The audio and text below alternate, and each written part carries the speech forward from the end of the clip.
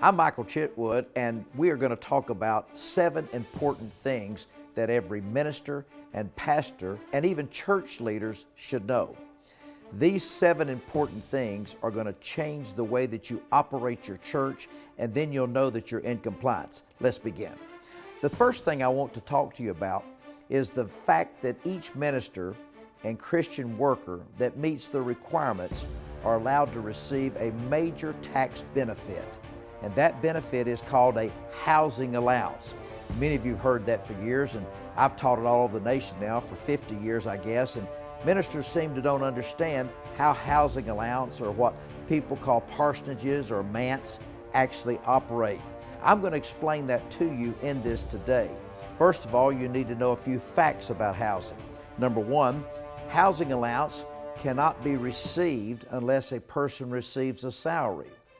It is not proper for you to receive all housing allowance without taking some salary from your ministry. That's a violation.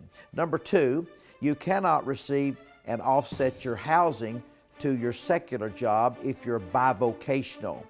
Number 3, your housing allowance must be in relation to about 50% of your compensation package. Now, please note that the IRS does have some way to vary that just a little bit, depending on the state and depending on the cost of that home in that state. But you do not want to get too aggressive on that. If you do, you're going to find out that you're going to wind up getting yourself in trouble. Number 4, you can't receive any housing allowances or love offerings or things of that nature if you're receiving any type of disability benefit checks. There's one exception, and that is veteran disability is exempt from this process. And the last thing, you cannot receive a housing allowance from the church if you live in a parsonage.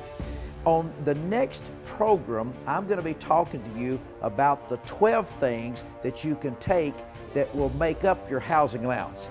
This is Michael Chitwood, and this is the IRS Clergy Tax and Law Compliance section.